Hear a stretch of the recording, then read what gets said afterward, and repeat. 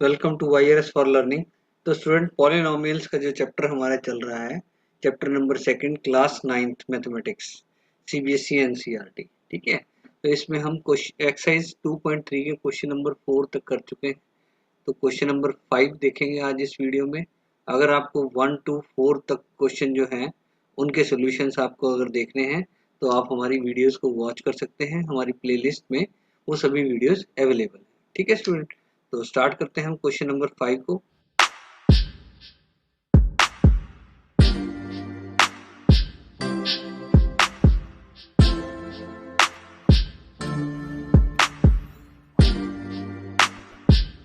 तो question number 5 में देखिए हमारे पास अब आ गया फैक्टराइजेशन। ठीक है, तो हमने जो क्वेश्चन नंबर 4 में अगर देखा था तो वहां पर हमारे पास क्या था, हम मिडिल टर्म को स्प्लिट करके फिर हम अपनी क्या कर रहे थे, क्या फैक्टराइजेशन कर रहे थे। ठीक है, तो यहाँ पर अब क्या हो गया हमारे पास कि हमारे पास कितनी टर्म्स है, हम अभी है 4 टर्म्स। ठीक है, तो देखिए स्टूडेंट ऐसे क्वेश्चंस को कैसे हैंडल करेंगे।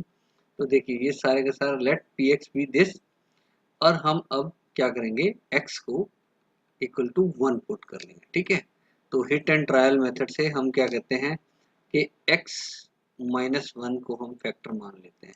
ठीक है, तो यहाँ पर देखिए x माइनस 1 को इसका फैक्टर मान लिया हमने।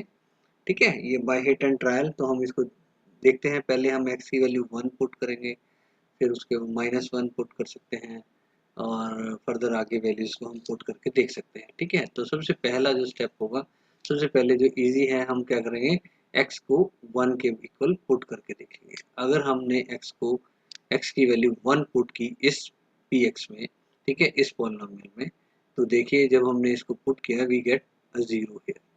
तो यहाँ जो जीरो मिल गया हमें, ठीक है, तो हम क्या कह सकते हैं कि yes this x minus 1 is a factor of, क्या है, ये फैक्टर है किसका, px का। ठीक है, तो इस px का फैक्टर है। ठीक है, तो अब क्या करेंगे, हम लॉन्ग डिवीजन मेथड से इसके बाकी फैक्टर्स को भी हम फाइंड करेंगे। ठीक है, एक फैक्टर मिल गया x माइनस 1, तो देखते हैं लॉन्ग डिवीजन मेथड से। तो लॉन्ग डिवीजन मेथड में हम क्या करेंगे, इस x माइनस 1 से इस पूरे एक्सप्रेशन को हम क्या करेंगे, डिवाइड करेंगे। ठीक है स्टूडेंट, तो अब देखिए इसमें जो ध्यान देने वाली चीजें हैं क्या है कि देखिए हम इस एक्सप्रेशन को देखेंगे।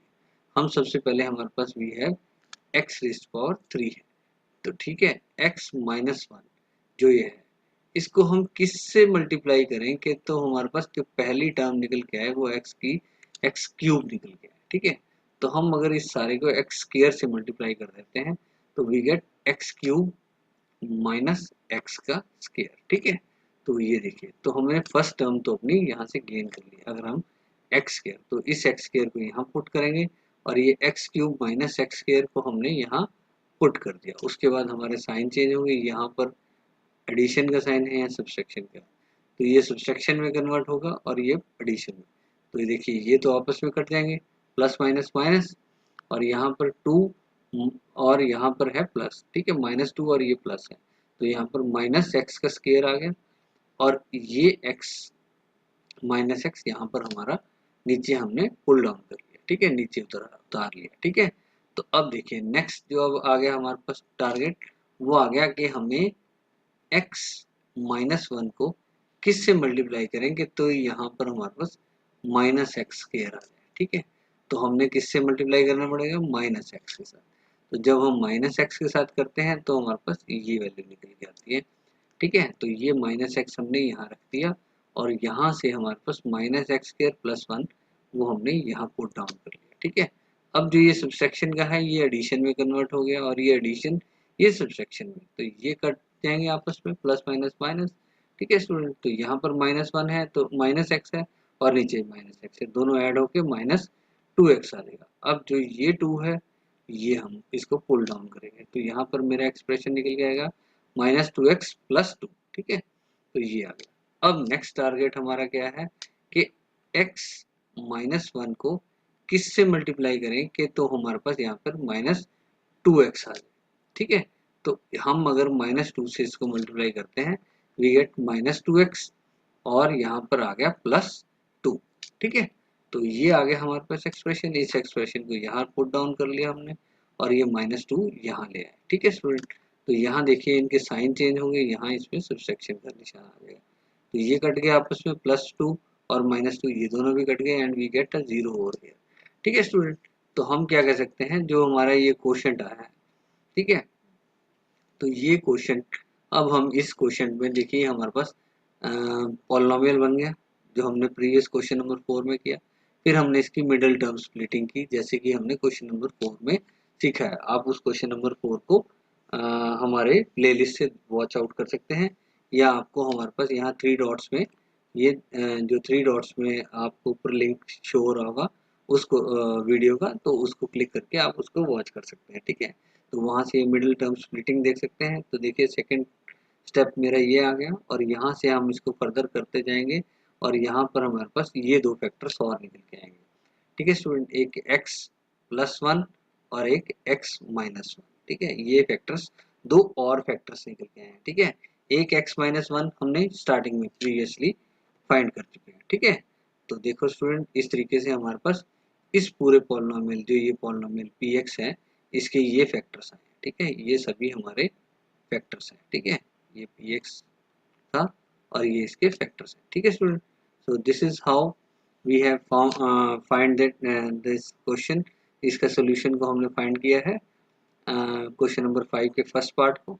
तो ऐसे ही हम फर्दर आगे सभी पार्ट्स को फाइंड आउट करेंगे। तो देखते हैं क्वेश्चन नंबर सेकंड को, फैक्टराइज दिस। ठीक है, तो देखिए यहाँ पर तो हमने जो अभी कंसेप्ट को सीखा है कि हम क्या करेंगे, यहाँ पर हम अब देखेंगे।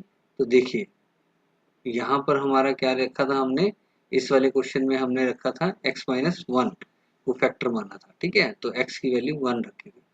लेकिन यहाँ पर अगर हम x की वैल्यू 1 रखते हैं, ठीक है, x की वैल्यू को 1 रखते हैं, तो हमारा यहाँ पर 0 नहीं आता। ठीक है, आप इसको सॉल्व करके देख सकते हैं, हमारे we don't get px is equal to 0। ठीक है, px 0 नहीं फाइंड कर सकते जब हमारी x की वैल्यू 1 है।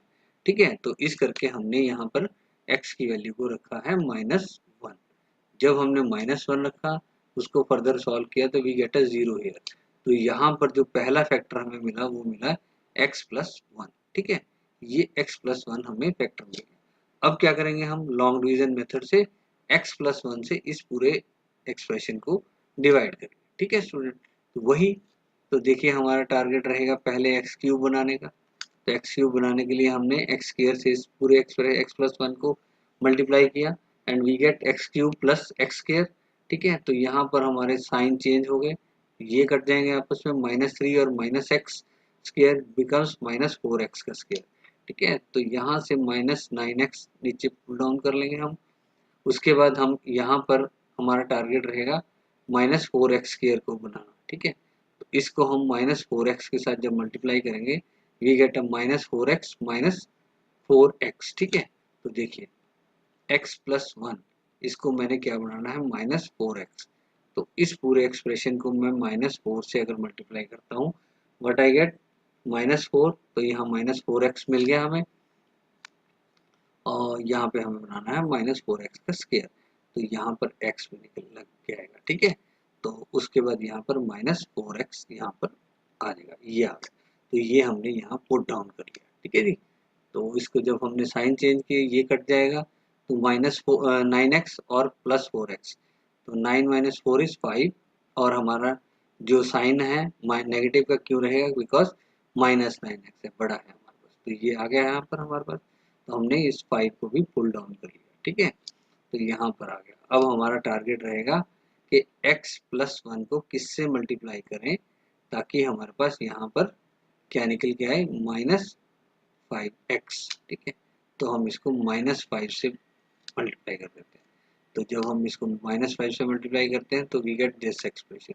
तो ये यहाँ पर रखा, तो उसके बाद हमने जब साइन चेंज किए, तो ये कट डाउन हो गया और यहाँ से ये cut down, and we get a 0 है। तो हमारे पास x जो क्वोशंट है वो ये बन के आ गया। अब इस क्वेश्चन को हम मिडिल टर्म स्प्लिटिंग करेंगे इसकी। तो जब हमने मिडिल टर्म स्प्लिटिंग की, तो सेकंड स्टेप ये बना, उसके बाद हमारा थर्ड स्टेप ये हमारा ये बन गया, और इस तरीके से करते जाते हैं जब हम, तो हमारे पास ये फैक्टर्स निकल के आते हैं, x+1 एंड x-5। ठीक है, तो यहाँ पर जब हम क्या देखते हैं कि हमारे पास एक x+1 प्रीवियसली फाइंड किया था, एक x+1 और मिल गया हमें और x-5 ये फैक्टर्स बन गए इस पूरे px के, जो ये px की बनता, ठीक है। तो प्रीवियसली ये वाला, ठीक है, सेकंड पार्ट में जो हमारे पास px गिवन है, ये इसके जो फैक्टर बने हैं वो ये बने हैं, ठीक है स्टूडेंट। थोड़ा टफ लगेगा बट इजी है, ठीक है। फिर भी अगर आपको कोई क्वेश्चन क्वेरी रेज होती है मन में तो प्लीज मुझे आप कमेंट कर सकते हैं, ठीक है। तो मैं इस जो डिवीजन को, इसको लॉन्ग डिवीजन को एक बार दोबारा कंसेप्ट से और समझा दूंगा, ठीक है। 2-4 क्वेश्चंस और नए क्वेश्चंस करेंगे तो जिनमें हमारे कॉन्सेप्ट्स और इजी रहेंगे। बाकी आप प्रैक्टिस कर सकते हैं, तो प्रैक्टिस में हाँ, आपको और ज़्यादा अच्छे से ग्रिप बनेगी इस कॉन्सेप्ट के ऊपर, ठीक है। चलो चलते हैं नेक्स्ट, थर्ड में वी हैव दिस px। तो देखो जब हमने इसको एग्जामिन किया तो हमने एग्जामिन करते हुए हमें क्या मतलब पता लगा कि x+1 इसका फैक्टर है, मतलब x की वैल्यू अगर -1 पुट करते हैं तो वी गेट अ 0 हो रहेगा, ठीक है। तो इस तरीके से यहाँ पर ये वैल्यू को पुट डाउन किया और x+1 हमें पहला फैक्टर मिल गया। अब हम इसकी लॉन्ग डिवीजन से दूसरे फैक्टर्स को फाइंड आउट करते हैं, ठीक है स्टूडेंट।